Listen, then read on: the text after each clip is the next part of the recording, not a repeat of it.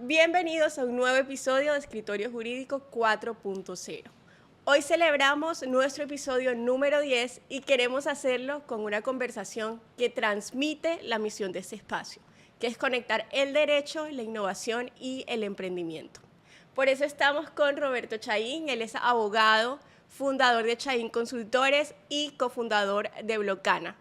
Este episodio es una invitación a que sí se puede emprender en el derecho, sí se puede innovar y sí se pueden buscar nuevas formas de transmitir lo jurídico. Roberto, muchas gracias por estar aquí. Muchas gracias a ti, Gabriela. Hoy nos ponemos la 10 porque hoy es el episodio 10.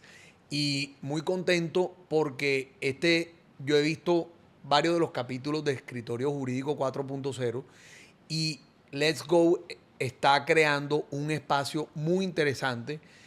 Y yo con Chain Consultores me siento muy identificado con eso porque no queremos ver el derecho como algo inaccesible, como algo para enredar a la gente, sino que todos podemos gozar de los beneficios de un buen acompañamiento jurídico, como seguramente hace Let's Go, como tratamos de hacer en Chain Consultores. Y qué bueno que este espacio trate de abarcar innovación, emprendimiento, derecho. Complacido de estar en Escritorio Jurídico 4.0. Muchísimas gracias, Roberto. Yo quiero que empecemos desde tu parte personal. Cuéntanos un poquito de quién es Roberto, de cómo llegó Roberto al derecho. Bueno, mi nombre es Roberto Chaín, yo soy Samario, hincha del Junior, a pesar de que no soy hincha de la Unión. Esposo, padre de dos hermosos niños. ¿Cómo llego al derecho? Yo llegué por descarte, porque cuando yo estaba joven, yo quería ser ingeniero de sistemas y yo dije, pero yo no me puedo ganar la vida arreglando computadores. O sea, uno de pelado no entiende esas vainas y eso es lo que pensé. Y yo dije, yo quiero cambiar el país, yo quiero ser presidente de la República. Ese era mi sueño. Pero como ser presidente me demandaba a mí una carrera política, le dije, bueno, me tengo que lanzar a concejal, me tengo que lanzar a alcalde. Pero qué tal que no quede y me voy a morir de hambre. Bueno, por lo menos voy a estudiar derecho, que eso por lo menos me da una tarjeta profesional para defender algo en caso de que me ahogue en unas elecciones. Así pensaba yo de 17 años. Cuando entro a estudiar derecho, fue la mejor decisión de mi vida. Me apasionó mucho defender una causa. Me apasiona mucho acompañar a las personas, hacerlas sentir tranquilas, generar confianza. Y lo he logrado en los ámbitos que la vida me ha puesto, desde diferentes ramas del derecho. Me complace ser abogado, amo ser abogado, en un mundo y en un país donde a veces a los abogados nos tira muy duro porque hay unas cuantas manzanas podridas que no están haciendo bien la labor o que la utilizan mal, pero llegué para eso, para tratar de generar confianza y es parte de la lucha diaria que emprendo en cualquier trabajo que hago. Bueno, tú entraste al derecho por descarte. ¿En qué momento dijiste, me interesa el derecho comercial, me interesa el derecho tributario? Pues, ¿qué pasa? Cuando uno es estudiante, uno no sabe lo que quiere. Uno cuando está joven no tiene ni idea qué quieres hacer con tu vida. Entonces yo empecé muy guiado por ser internacionalista. A mí me encantaba el derecho internacional público. Yo estuve muy involucrado con el derecho internacional de los derechos humanos. De hecho, yo con la Universidad del Rosario participé en 3 concursos de derechos humanos. En 2 de ellos con una compañera que se llama Diana Prada, nos fue muy bien. Ganamos primer puesto, uno en Lima, otro en Río de Janeiro. Trabajé en una firma de derecho laboral, pero la vida misma me fue llevando a diferentes caminos. Eh, Estuve trabajando en una firma de abogados que es Llorea Camacho. Ahí manejé temas de contratos, temas administrativos, temas mineros. Después la vida me trajo a Barranquilla de vuelta. Trabajé en la alcaldía de Barranquilla, trabajé en la gobernación. Me encantó el tema público y ahí fue donde empecé a especializarme en el tema de derecho público. Pero nada, no me conectó las circunstancias que rodean el derecho público, que son muy feas y que todas las conocemos como asociadas a la corrupción y yo no puedo con la corrupción. Seré bobo para algunos, pero no puedo con eso. Ahí entro a trabajar a Acción Fiduciaria, donde duré más de 10 años, y ahí empecé a entender mucho mejor el derecho comercial. Me interesó el tributario en medio de ese trabajo y sobre todo lo asociado al sector inmobiliario. Entonces, no es que yo un día me levante y diga, ay, yo quería ser comercialista. Yo de hecho no quería ser comercialista, pero la vida me llevó a eso. Me lo he gozado, me lo he disfrutado. Pero creo que como una amiga emprendedora que se llama María Angélica Bula me lo dijo alguna vez, tu carrera no te define para siempre. Y entonces yo creo que uno no se puede definir para siempre con esa etiqueta. Yo, el día que entendí eso, fui un abogado más feliz. Total, ahorita me estabas diciendo que además de ser abogado, compones canciones, Imagínate. tocas el bajo, tocas el piano, entonces definitivamente una carrera no te define. No. Y fíjate, el tema mío con el derecho y la música en su momento fue peculiar porque yo tenía un grupo en la época que el tropipop estaba de moda, que se llamaba Pueblo Samario. Yo ahí era el guitarrista y uno de los compositores, uno de los fundadores del grupo. O como diríamos en el idioma startups, uno de los founders. Y ahí yo tocaba la guitarra eléctrica.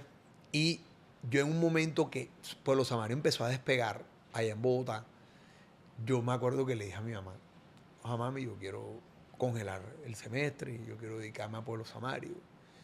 Y mi mamá muy inteligente me dijo, hagamos una cosa, toca todo lo que quieras, pero no congeles tu carrera. Entrégame el diploma y el día que tú seas abogado, hey, si quieres vender boli bonais, es tu problema. Pero termina tu carrera. Y el hecho de eso me ayudó mucho a mí a tomar la decisión y decir, oye, voy con toda con el derecho y me fue bien por ese lado. Pero fíjate que yo agradezco mucho a la vida haber sido músico porque eso hoy me ha permitido asesorar en temas de propiedad intelectual. ¿Por qué? Porque yo lo viví, porque yo soy compositor, entiendo cómo opera una obra artística, aprendí a registrar en la Dirección Nacional de Derecho de Autor, pero yo viviéndolo, o sea, y no es lo mismo que a mí me echen el cuento a que yo lo viva. Entonces yo agradezco mucho esa experiencia porque me abrió mucho el camino de lo que un abogado puede hacer por un artista, que yo sé que tú también lo haces, y es chévere cómo lo viví yo y cómo me rodeo de ese mundo de música. Roberto, yo quiero que volvamos un poquito atrás. Tú ya has vivido los dos mundos, el mundo jurídico tradicional, el Sí. trabajar en empresa, donde tienes un rol claro, donde percibes un salario. ¿Cómo ha sido ese salto de vivir ese mundo tradicional al emprendimiento? Es duro porque a uno le venden mucho la idea que el trabajo te da seguridad y que esa seguridad nunca se va a acabar. Entonces tú tienes tu chequecito cada 15 días, cada mes. Eso en teoría es seguro, pero no hay nada más peligroso que la seguridad. Obviamente el salto al emprendimiento es difícil porque a ti te toca buscar el sustento como un cazador todos los días y saber cómo negociar, saber cómo decir que sí, cómo decir en qué momentos decir que no. Pero ha sido un viaje fascinante. He aprendido mucho a descubrirme a mí mismo y de hecho para yo poder dar ese salto, yo tuve que, y tengo, y lo hago todavía, trabajar mucho en mi persona. No, y lo digo sin pena. Yo tengo un acompañamiento con terapia, con psicoterapia, en el que he ayudado a entender, por ejemplo, temas como el camino del héroe, que eso fue una obra de mitología que te ayuda a conocerte a ti mismo y entender que la seguridad es efímera y que pasa una cosa con, no te voy a decir que todas las empresas, pero puede pasar con las empresas, que a veces no humanizan al ser humano que hay detrás. Entonces, una empresa como tal puede estar no viendo cómo estás de salud, cómo está tu salud emocional, Con tal de que vayas al trabajo. con tal de que vaya al trabajo y que cumplas unas metas. A mí me pasó en un trabajo, que no voy a decir cuál es por prudencia, que cuando yo cumplía mis metas, nadie me aplaudía. Y a veces la plata no lo es todo, a veces el apoyo y el decir, hey, loco, lo estás haciendo bien, es lo que a veces la gente necesita escuchar, sobre todo en el mundo que nos estamos moviendo hoy. Pero cuando por alguna razón no lograba la meta, ahí sí me echaban toda la vaina del mundo. Entonces, el salto del emprendedor es difícil eh, porque tú partes muy bien de tu pregunta. Ey, es que cuando tú eres trabajador, tú tienes el rol claro. Cuando tú eres emprendedor, Te toca tú hacer de todo. te toca hacer de todo. Y cuando te toca hacer de todo, vea, te toca saber jugar y adaptarte con las condiciones. Una vaina que yo he aprendido mucho del proceso de selección natural que hablaba Charles Darwin es que las especies mayormente aptas son las que se adaptan a las condiciones. Yo creo que la inteligencia de uno está ahí. Por ejemplo, hoy tenemos un fenómeno que es la inteligencia artificial. Ey, el que no se adapte a eso, ey, va a perder el año, literal. El que no entienda cómo funciona hoy la selección de talento en tu empresa, el que no entienda que tú a tus trabajadores no solamente les tienes que dar un buen sueldo, los tienes que tratar bien, los tienes que entender. A veces un permiso que ellos te pidan no es por joder, sino, hey, porque de verdad necesitan y les puedes apoyar de alguna manera. El que no entienda esa dinámica hoy está en nada. Y hoy se va a quedar detrás. Entonces, creo que el éxito está en la adaptación y ese salto tiene que exigir mucho de ti para que te adaptes. Cuéntanos un poquito de cómo nació Chain Consultores, en qué contexto, qué fue lo que tú dijiste, cuál fue ese momento en donde tú dijiste, yo tengo que hacer esto.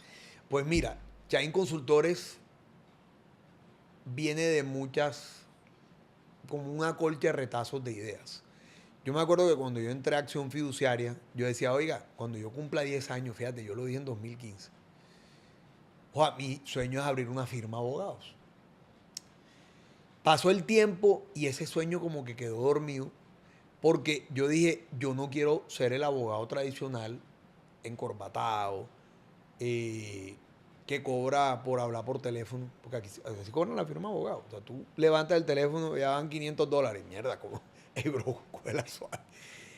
Y también me molestó mucho de la firma de abogados que, que crean, o sea, que generan muchos honorarios enredando a los clientes. Porque entre más horas demoren Claro. facturando, más ingresos tienen. A mí eso no me parece bacano. No voy a decir que si es correcto, que si es moral, no. A mí no me gusta. Ese es mi estilo. Y resulta que yo había dejado dormir esa idea. Desde el año pasado, a finales del año, me reúno con un par de amigos, con Eddie Jiménez y Ricardo Sierra, y se nos ocurre la idea de Blocana. Una idea que venía de Ed, que estaba obsesionado con la idea, la empezamos a trabajar. Después hablaremos de eso. Pero en medio de Blocana, yo hago un acuerdo con Ed y él me ayuda a hacer mi marca personal. Y él me habla y me da el consejo, oye, locos, tú sabes full del tema inmobiliario, porque él fue cliente mío. Tú sabes full del tema inmobiliario, tú sabes mucho de acompañar empresas, no sé qué. Tu marca debería ser Chain Consultores, porque la palabra consultores no implica una firma de abogados, sino un acompañamiento y no sé qué. Y empezó a calar la idea. Y él me ayudó mucho con el tema del logo que tú ves ahí. Y el logo que tú ves ahí tiene la forma abstracta de un halcón. No vas a decir, ay, que tiene que ver el halcón con Chain. Pues resulta que el apellido mío, Chain, es un apellido de origen árabe. Mi familia es de origen palestino, de Belén, de Palestina, donde nació Jesucristo. Y Chain viene, o sea, el fonema en árabe es Shahin. Y Shahin en árabe significa halcón real, son un tipo de halcón. Y yo me quedé con la idea que el Chaín era un halcón. Y el halcón es un animal imponente, tiene una visión impresionante de lejos, es estratégico, es preciso. Y yo dije, hey, no es gratis que yo tenga ese apellido. Y cuando yo le conto eso a Ed, cuando me está construyendo mi marca personal, le pone ese sello y me enamoré de la idea. Y aparte el color azul representa mucho el color de la tranquilidad. Tú sabes que los colores tienen Sí. una idea. Uno cuando arma su marca te enseñan eso. Y el color el color azul transmite tranquilidad, transmite confianza. Y eso es lo que yo he querido transmitir. Y te voy a explicar por qué. Porque no todo el mundo se sienta a decir, no, yo transmito confianza. El problema es que yo, cuando entro a trabajar en la fiduciaria, uno cuando trabaja en una fiduciaria y estructura negocios, uno recibe muchos tipos de personas que te cuentan sus problemas. Yo al principio no sabía que ese trabajo era así. Tú no te imaginas la cantidad de cuentos que me han echado. Y yo transmitía esa confianza y a mí me acababan contando, no, que mi mujer me puso los cachos con el instructor de yoga, no, que es que mi hijo me está robando en mi negocio, no, que es que estamos en una pelea familiar. Y cuando yo veo que yo tengo esa capacidad, eso facilitó mucho mi trabajo en la fiduciaria para estructurar negocios porque me echaban el cuento de verdad. Entonces me empecé a volver como una especie de psicólogo de negocios o como un cura donde te echan todos los pecados, se desnudan, digamos, figuradamente, contigo ahí y te cuentan eso. Y eso obviamente, para tú lograr eso, tienes que transmitir confianza. Entonces, Chaín Consultores nació de ahí y la verdad ha tenido buena receptividad a la marca. Obviamente, no te voy a decir que apenas la lanzamos, ay, ya nos volvimos ricos. No, es un tema que toma tiempo, pero ha sido mejor la respuesta de lo que yo esperaba. Y obviamente eso lo construye uno con los años, con el tiempo y con la reputación. Yo creo que en este negocio, Gaby, tú lo sabes mejor que nadie, nuestro mayor activo es nuestra reputación. Y esa, reconstruirla, si se destruye, es muy difícil. Roberto, en Chain Consultores, tú te dedicas a la consultoría y asesoría a startups. Sí. Cuéntame qué viste tú en las startups que te llamó la atención para hacerles una asesoría distinta, un acompañamiento distinto desde lo jurídico. Yo te voy a explicar qué pasa. Eso lo detecté cuando armé mi propia startup. O sea, me vuelve a pasar el mismo problema que con la música. Yo sé de propiedad intelectual, no porque hice un diplomado, un especialista, porque fui músico. Yo sé cómo es esa vaina. Cuando yo armé mi startup, obviamente yo estaba preparado para muchas cosas. Que, por ejemplo, que mis socios que no son abogados no sabían y nos protegieron de muchos problemas que pudimos evitar. Por ejemplo, arrancamos el emprendimiento, lo primero que hicimos fue registrar la marca. Ya tenemos marca registrada. Porque yo dije, obviamente, uno de los activos más importantes que tiene Blocana, que es esta startup, es la marca. Entonces, no vamos a cometer los errores que no cometen otros. Vamos a hacer un disclaimer aquí, y es Sí. que Blocana es tu primer emprendimiento. Digamos que sí, digamos que yo he tenido otro tipo de intentos de emprendimiento, pero este es de verdad mi primer emprendimiento. Blocana nace antes que Chain Consultores. Sí, Entonces, quiero que nos cuentes, porque Blocana es una PropTech. correcto. ¿Qué significa PropTech? Un término que puede parecer técnico, pero en palabras sencillas, ¿tú cómo lo definirías? Bueno, le voy a dar aquí una clave. Porque ustedes saben que en el mundo de la startup tenemos muchos amigos que les gusta seguir el dicho, confunde y reinarás. Entonces utilizan el CEO, el CFO. Oh, vamos a hacer un vesting con un cliff. Y luego, es así. Yo antes criticaba mucho ese mundo. Pero le voy a dar un tip. El sufijo tech significa empresas que prestan servicios tecnológicos. Siempre. Servicios tecnológicos.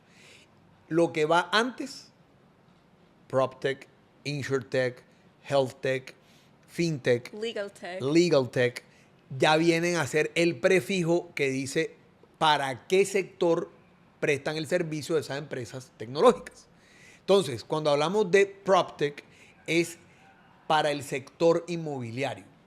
Y cuando hablamos sector inmobiliario, hablamos desde la venta de inmuebles, desde la comercialización de productos para vender inmuebles o para ayudar a vender inmuebles, o para gestionar inmuebles, o para administrar inmuebles, o para construirlos. O sea, PropTech tiene que ver empresas que prestan servicios tecnológicos para el sector inmobiliario o para el sector de las propiedades. Por eso se llama PropTech.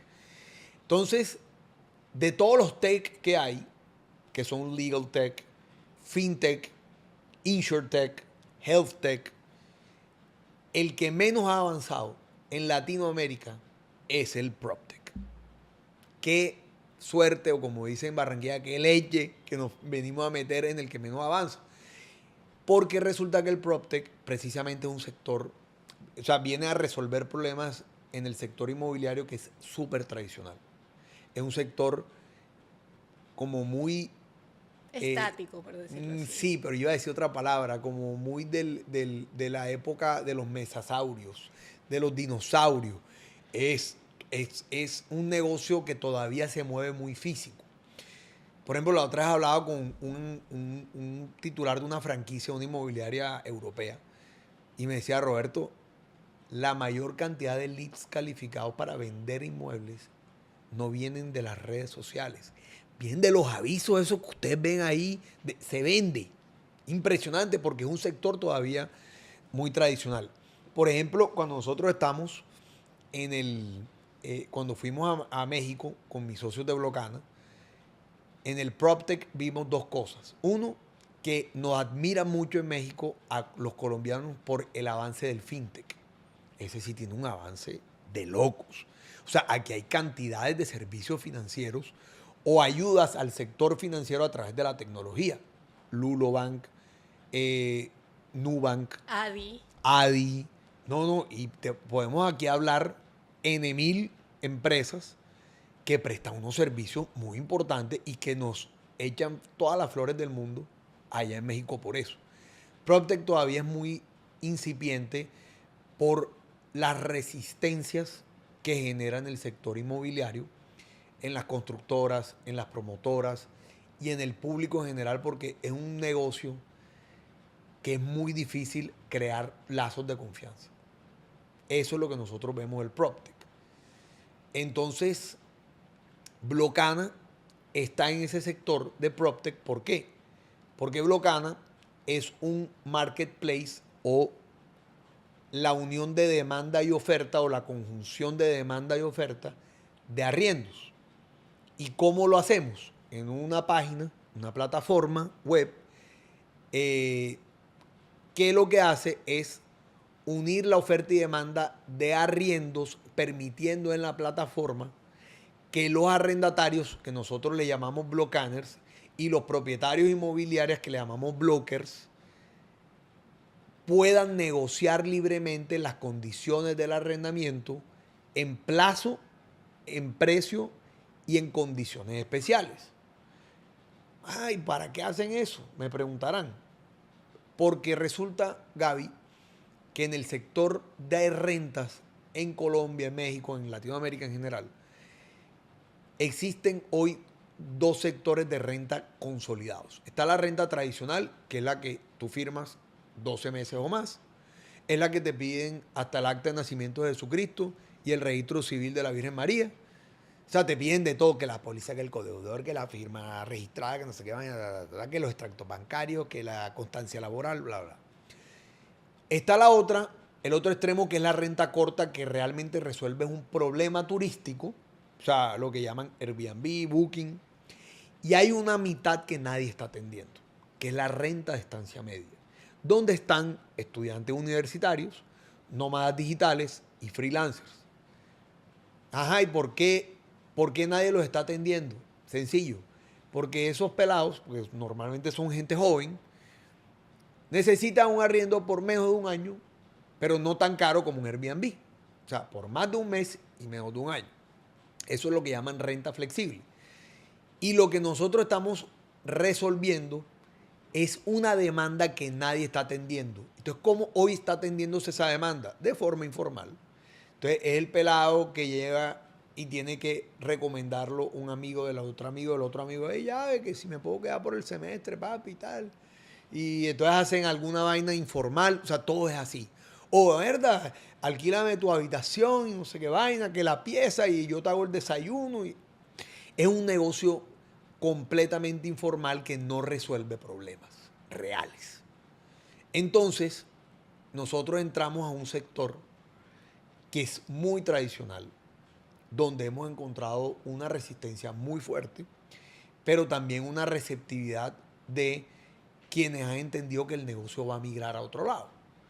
Y es que hoy en día la flexibilidad y la posibilidad de elegir es lo que la gente paga muy bien.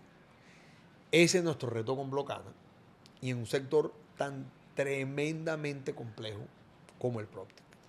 Roberto, yo quiero preguntarte, ¿cómo piensan ustedes combatir esa resistencia al cambio y ese tradicionalismo que existe en el sector inmobiliario?